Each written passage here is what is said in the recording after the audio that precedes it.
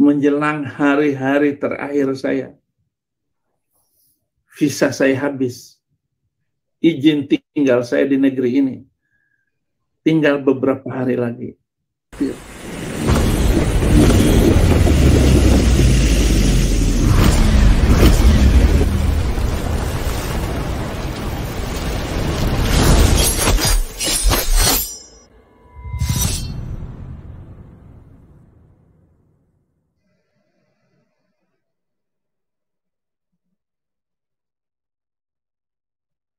Assalamualaikum warahmatullahi wabarakatuh. Berjumpa lagi dengan saya Dr. Akal ya. Di channel kesayangan kita, Hidayah Mualaf Channel. Channel yang mengedukasi dan menghibur. Channel di mana Oten yang datang belajar akan pulang membawa ilmu, sedangkan Oten yang datang kejang-kejang akan makan tak sedap, tidur pun tak bisa sleeping. Dan di kesempatan kali ini kita akan membahas tentang Mbah Udin ya, yang sedang galau karena visanya tinggal menghitung hari. Kalau sebelumnya visanya itu masih tersisa beberapa bulan, dia masih bisa ketawa-ketawa, tapi ini sudah tinggal hitungan hari. Lebih tepatnya berapa, saya kurang tahu, karena saya nggak ngitungin visa dia berapa lama sudah kepake, ya. Karena saya kan nggak tahu gitu. Saya tahu visanya 6 bulan, tapi kan 6 bulan itu mulai berlaku tanggal berapa, kita nggak tahu. Ya bisa jadi berlakunya mulai tanggal 10, dia berangkatnya tanggal 20. Jadi nggak bisa dihitung dari tanggal dia pergi ya. Jadi teman-teman jangan bilang, oh kan tinggal dihitung bang, dari tanggal dia berangkat ke Amerika. Oh nggak bisa seperti itu. Bisa jadi visanya mulai tanggal 10, tapi dia berangkatnya tanggal 30 atau tanggal 28. Jadi udah duluan kepake 18 hari kan.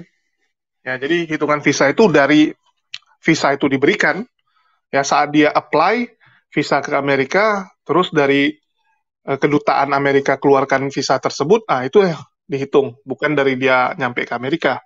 Jadi dari tanggal berapa dia diberikan, ya masalah dia mau pakai nggak mau pakai kan itu urusan dia. Jadi intinya visanya ini tinggal menghitung hari, karena kalau kita hitungin ya, memang Mbah Udin ini kurang lebih sudah ada 5 bulan di Amerika, 5 bulan lebih. Ya, jadi biasanya orang visanya keluar terus dia berangkat ya, selisihnya mungkin seminggu atau 2 minggu. Jadi kalau kita hitung-hitung, si Udin ini memang hitungan hari lagi, yang pasti nggak nyampe setengah bulan lagi lah visanya untuk habis. Ya, puluhan hari, mungkin 10 atau ya nggak nyampe 20 lah pastinya, 10-an hari gitu. Dan mungkin kalau sekarang udah tinggal seminggu nih ya, karena ini videonya sudah 3 hari yang lalu.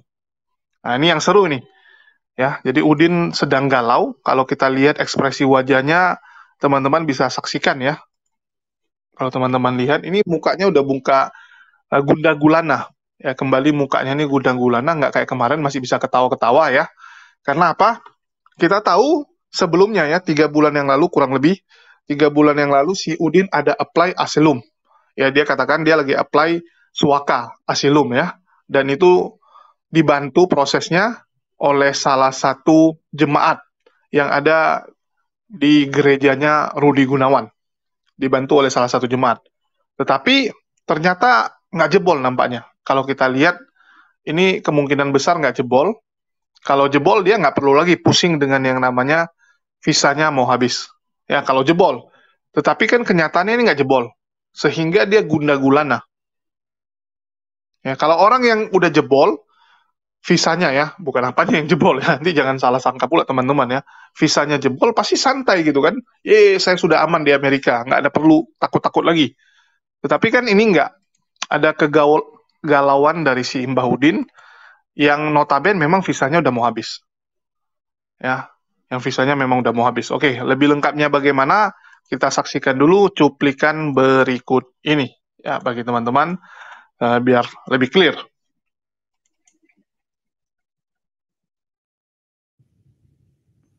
Menjelang hari-hari terakhir saya. Visa saya habis. Izin tinggal saya di negeri ini tinggal beberapa hari lagi. Ya, jadi teman-teman sudah dengar ya, clear ya, ini pernyataan dari Mbah Udin, dan video ini adalah salah satu video yang cukup baru, karena dibuat tanggal 23 Juli 2022, saya kasih lihat ya. Ini ya, 23 Juli 2022, kasihan nih Mbah Udin. Sekarang channelnya kurang laku, bahkan ini yang nonton cuma 8.000 ya. Karena memang Mbah Udin ini sekarang udah mulai nggak menghibur. Nggak seperti di awal-awal kemunculannya, yang benar-benar super luar biasa gitu kan, dianggap sebagai jagoan dari Oten. Cuman kan lama-lama Oten lihat juga, nggak berani ngapa-ngapainnya dia. Di Amerika cuman jalan-jalan, koar-koar, ulang-ulang gitu kan. Hapus 300 ayat. Tapi nggak dibikin tuh 300 ayatnya apa-apa aja. Malah dia minta fasilitas-fasilitas seperti kamera, ya, laptop dan alat-alat penunjang lainnya. Tetapi nggak ada kerjanya. Ya marah lah nih oten-oten pokers yang lain ya, yang sudah berdonasi tiap bulan ke dia. Oke, di sini juga sudah ada Ustadz Alwan ya. Assalamualaikum Bu Ustadz Alwan. Waalaikumsalam warahmatullahi wabarakatuh. Oke, mungkin sudah dengar ya tadi apa yang disampaikan oleh si Saifuddin Ibrahim ya, Mbak Udin ini. Masalah visanya nih udah mau habis, menjelang habis. Mungkin tanggapannya nih Ustadz Alwan.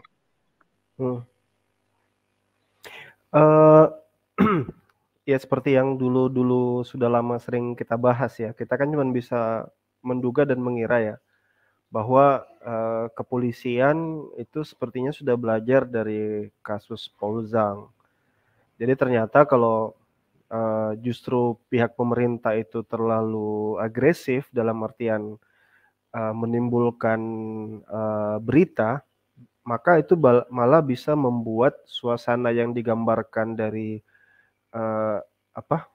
atau sesuatu yang diharapkan dari Saifuddin Ibrahim itu terjadi. Kayak dulu kan Paul Zhang kan berharap jadi refugees kan sebagai dapat asilum ya, dapat suaka. Asilum, dapat suaka. Nah, syaratnya itu kan dia salah satunya dapat ancaman hidupnya terancam di negerinya kan gitu. Nah ternyata itu dia dapatkan gitu, berita itu dia dapatkan. Bahkan kalau dari yang kita sudah sering diskusikan kan dia ngumpulin itu berita-berita ancaman-ancaman terhadap dirinya. Nah, si Saifuddin mungkin juga berharap terjadi hal yang sama. Ternyata sepertinya sekali lagi kita bukan penegak hukum, kita bukan law enforcement, tapi kita bisa menebak aja. Sepertinya memang pemerintah ya sudah dibiarkan aja. Visanya habis paling akan balik ke Indonesia kan mau kemana. Terus misalnya. Tapi masih ada kesempatan ke negara ketiga Ustadz Alwan. Dia bisa ke Meksiko atau Amerika Latin atau kemana gitu. Negara ketiga biasanya dijadikan pilihan oleh Amerika kalau deportasi orang ya. Karena deportasi itu dia kasih pilihan kepada orangnya. Kamu mau dipulangkan kepada negara kamu atau ke negara ketiga yang lain gitu. Ya kan di sana juga berlaku hukum imigrasi juga. Orang nggak bisa sembarang tinggal di Meksiko kan. Jangan pikir Meksiko itu negara buangan gitu, nggak segitu juga. Bahkan Christmas Island aja punya Australia yang notabene dianggap sebagai pulau buangan. Di situ ada peraturan keimigrasian juga. Tapi bagi seorang Saifuddin itu bahaya justru. Rudi Gunawan kan supportingnya ya di sana, support. Yeah. Jadi makannya, minumnya, tempat tinggalnya itu kan didapat dari pelayanan Rudi Gunawan. Rudi Gunawan ini kan promotor ya bahasa saya promotor Saifuddin Ibrahim untuk bisa datang ke Amerika Serikat. Nah, ketika dia tidak dapat fasilitas itu, mau seperti apa? Kita perlu tahu ya karakter dari Saifuddin Ibrahim ini saya sedikit kasih dari sudut pandang saya. Saifuddin Ibrahim ini kan sebenarnya karakter yang lemah ya, tapi sok kuat aja. Misalnya di Az-Zaitun, kenapa dia keluar dari Az-Zaitun? Ya, orang kan sering berpikir apa karena dia benci Islam atau tidak. Memang di posisi dia di Az-Zaitun itu sudah terancam sebagai salah seorang pengajar. Posisinya kan kayak kepala pengajar di pesantren Az-Zaitun itu. Posisinya sudah terancam. Dia mau dipindahkan ke info yang saya dapat mau dipindahkan ke bagian administrasi. Jadi sudah tidak masuk lagi di mengajar santri. Nah, bagi dia itu mengancam ekonominya, mengancam. Makanya dia harus cepat cari jalan. Track recordnya juga begitu. Saifuddin Ibrahim selalu bermasalah itu dengan siapapun, masalah uang. Jadi this is all about money, masalah uang aja. Nah, demikian pun yang terjadi sekarang.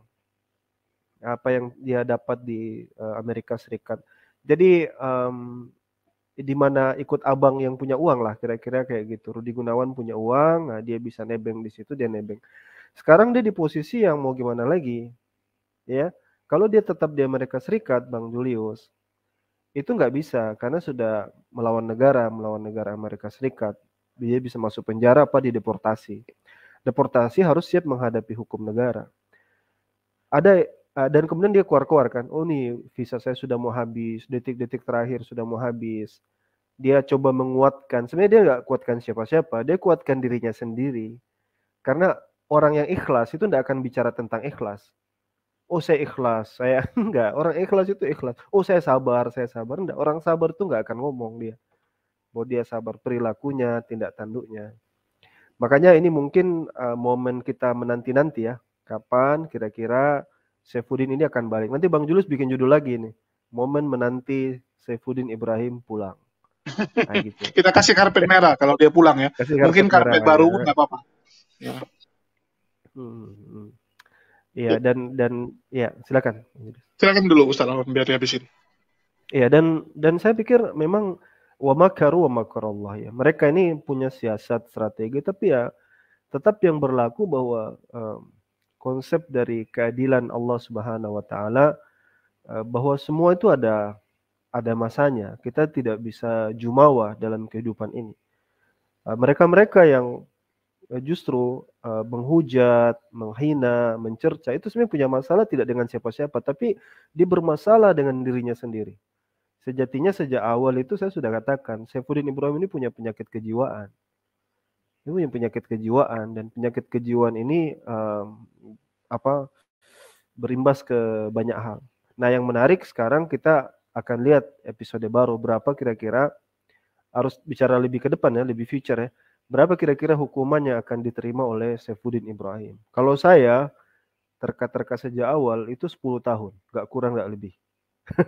Terkaan ya, 10 tahun. Jadi siap-siap saja si Saifuddin ini. Kenapa? Karena dia sudah pernah dihukumi dengan kasus yang sama, penistaan agama. Dan 10 tahun boleh jadi berarti akhir hidupnya akan mati di penjara. Oke, dia pernah bilang bahwa dia cinta Indonesia, dia akan mati di Indonesia, dan mungkin itu bakal terjadi.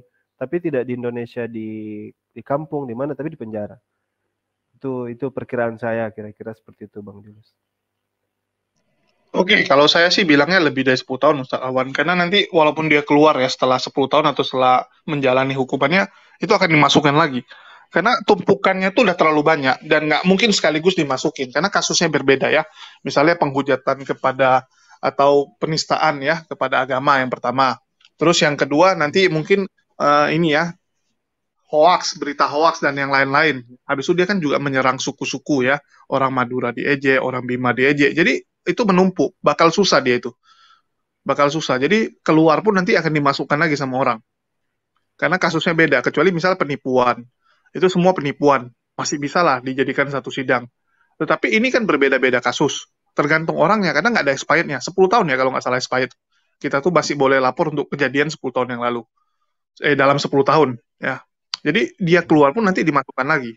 Jadi dimulai dari mungkin 6 tahun, nanti nyusul yang 5 tahun, nanti nyusul yang berapa. Ini akan berlapis-lapis untuk Saifuddin sih kalau bicara hukuman ya. Dan dia sadar ya konsekuensinya.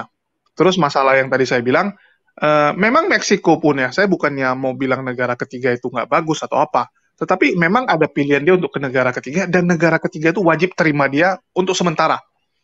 Ya, untuk sementara. Jadi dia misalnya dilempar ke Meksiko, Meksiko akan nerima dia. Memang hukum internasionalnya seperti itu, boleh.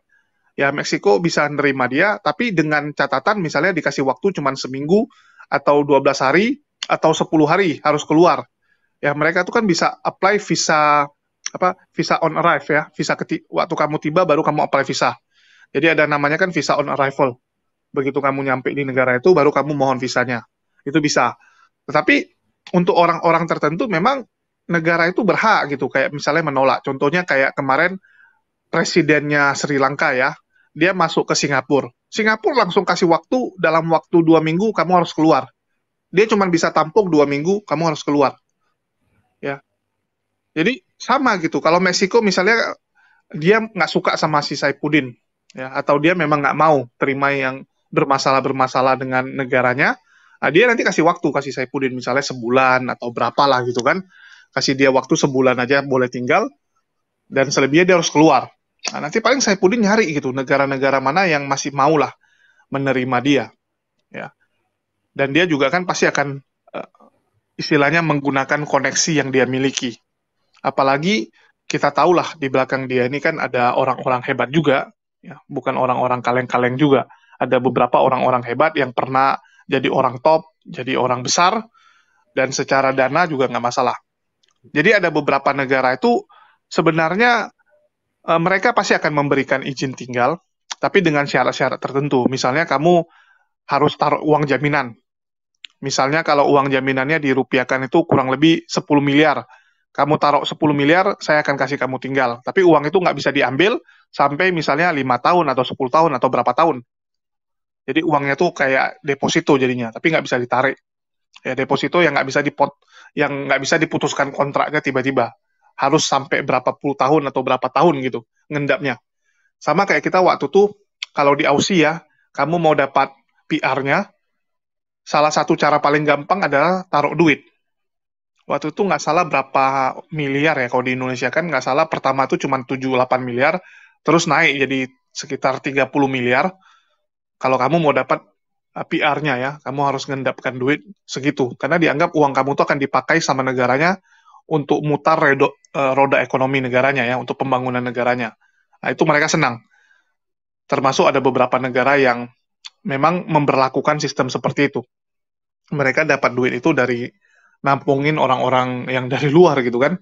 Ada yang koruptor lah, ada yang mafia lah, ada yang apa. Yang penting uangnya bisa diendapkan agar memutar roda ekonomi negaranya. Dan saya nggak tahu apakah Saifuddin ini bisa melakukan itu, apakah dia punya uang yang cukup untuk memenuhi syarat-syarat tersebut.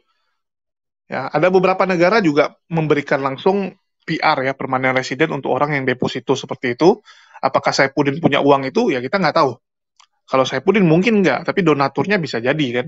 Ya udahlah untuk Saifuddin nggak apa-apa lah kita tetekan gitu kan. Aku kasih 500 juta, ada yang kasih 800 juta, ada yang kasih berapa, tapi bukan untuk Saifuddin.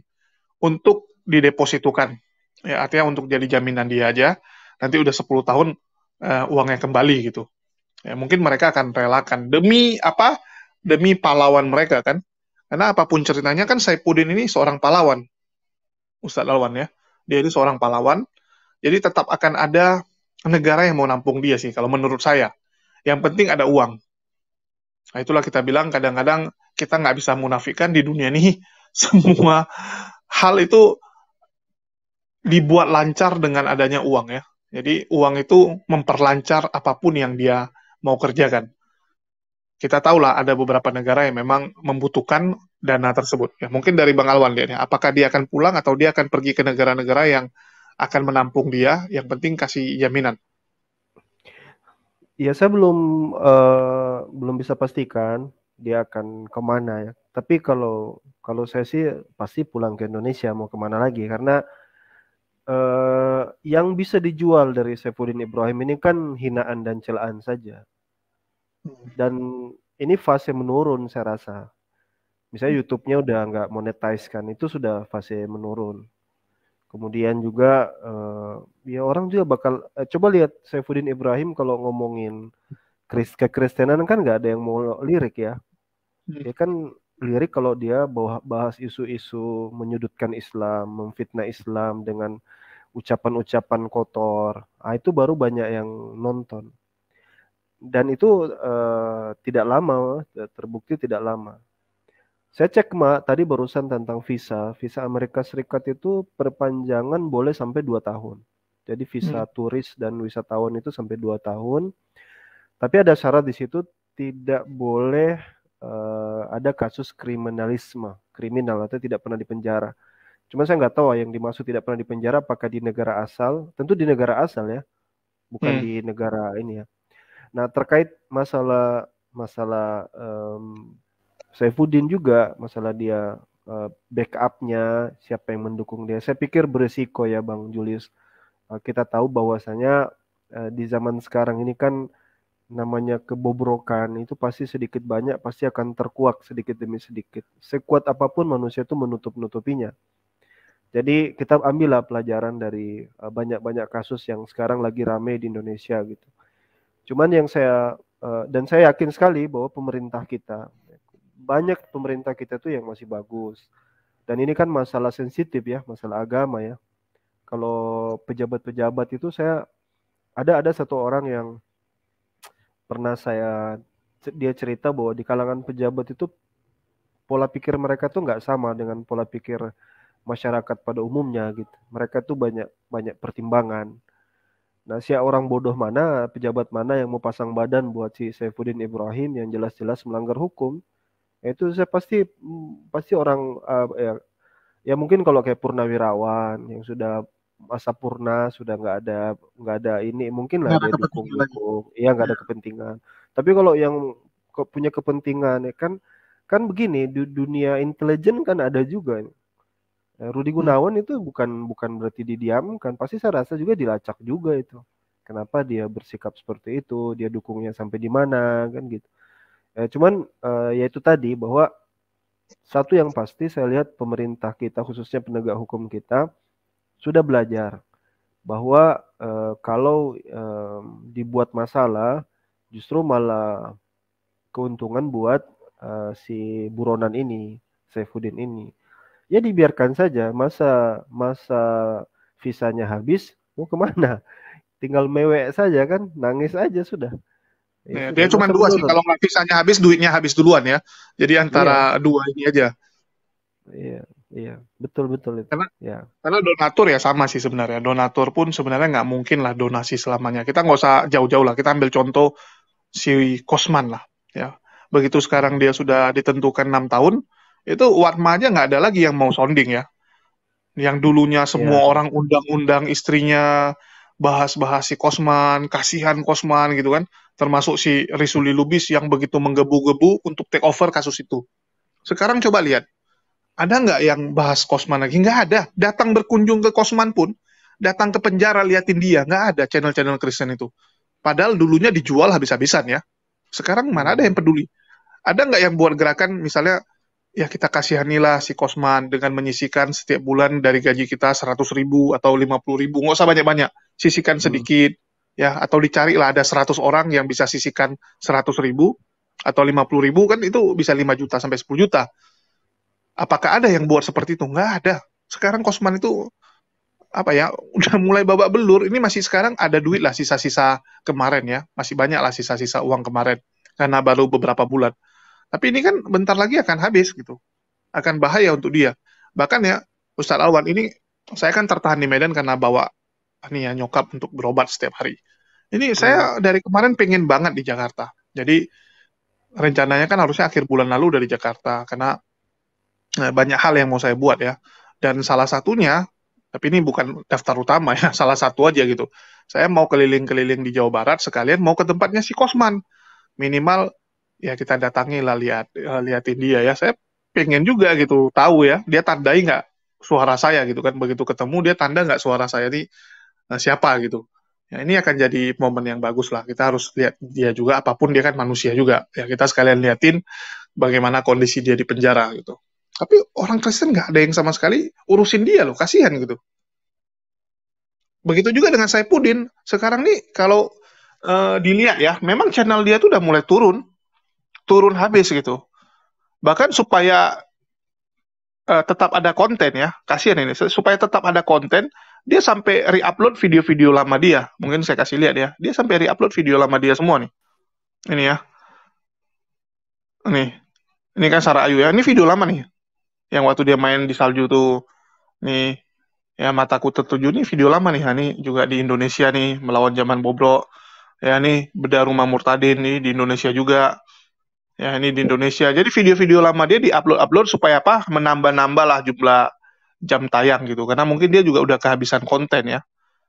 Dia udah kehabisan konten, nggak tahu lagi mau ngomong apa karena yang diomongin ulang-ulang. Ya ini udah mulai ngambil-ngambil video orang juga. Ini punya si Tony ya. Biasa dia mana ada ambil video orang. Biasa kan dia ngomong sendiri. Tapi sekarang udah mulai ngambil video orang juga, artinya apa? Udah mulai bingung dia mau konten apa, kok udah nggak ada yang mau dengar dia, kan gitu. Bahkan saya lihat ya, dia kalau live sekarang cuma 200, 300.